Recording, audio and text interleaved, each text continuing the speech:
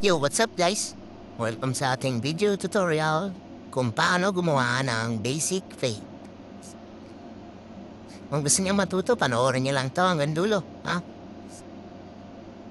Brush down muna natin ang kanyang buhok para suwabe ang pagkakalagay natin ng ating first guideline. Gamit ang trimmer, gawa tayo ng first guideline. Tawag dito, zero bulb line. Dito magsisimula ang ating fade. At dito magsisimula ang ating blend. Pagkatapos natin maglagay ng bulb line, gamitan natin ng shaver para skin fade ang dating. Marinis at malinis. Kung bago ka lang sa paggugupit at gusto mo matuto, panoorin mo lang ako lagi. Mag-upload ako ng mga gantong video para matuto kayo ng madali at kung paano mabisang pagtitade. So, gamit ang clipper natin, zero na naka-lever open. So, gagawa tayo ng panibagong bulb line, mga half inch lang. Tandaan nyo, pag pipitikin ng clipper, dapat dahan-dahan lang din.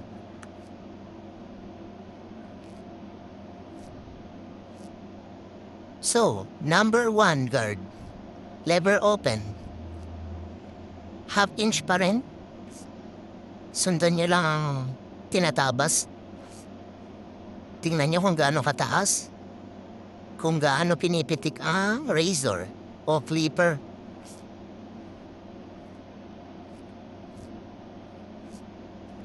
Ito yung second guideline natin. Ngayon, close natin siya para malinis yung ginawa nating second guideline.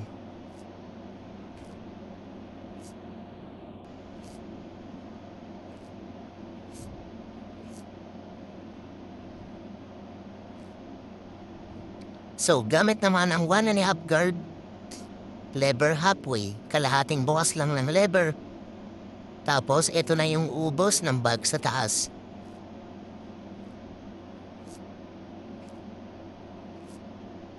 Dahan-dahan lang din sa pagpitik kasi ayaw natin sumobra. Ngayon, brushin natin. Lagi niyong tatandaan, dapat malinis ang client natin at walang buhok sa balat para hindi siya mangate at mairita. Ngayon, 0.5 guard. Lever open.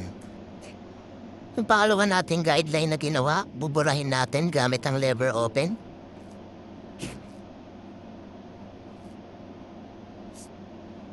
Huwag masyadong tataas. Basta pitik-pitik lang. Pitik-pitik lang. Tingnan niyo kung paano ko ihagod yung razor. Pitik-pitik lang.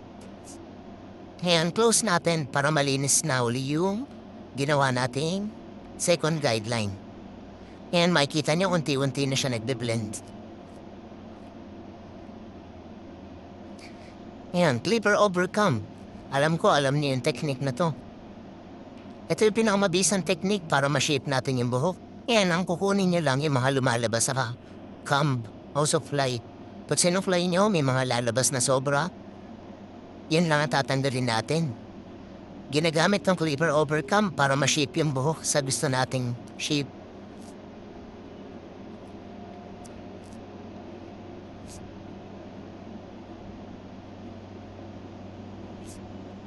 Gamit ang clipper overcome, tingnan nyo. Na-shape na natin yung buhok niya, di ba? Ngayon, lagyan natin siya ng sikap.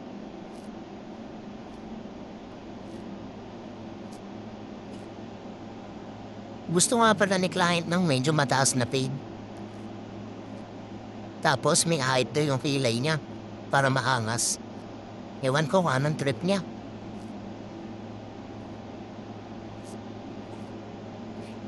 So, para sa akin, ito ang pinakamahirap na part sa pagbubarbero, ang gumamit ng labaha. Ingat lang sa paggamit dahil pwedeng makasugat ito sa ating mga client. So, dahan-dahan lang at hayaan mo ang blade ang gumawa ng kanyang trabaho.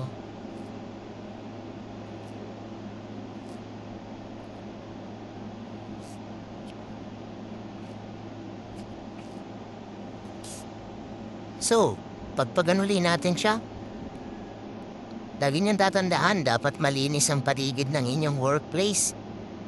para hindi maging irritable si client. So, El Jefe Styling Texture Powder, baka naman. Lagyan na natin siya ng texture powder sa taas para mag-texturize at mag-volumize ang kanyang taas. Yan, gulo-guluhin niyo lang hanggang pumalat yung powder.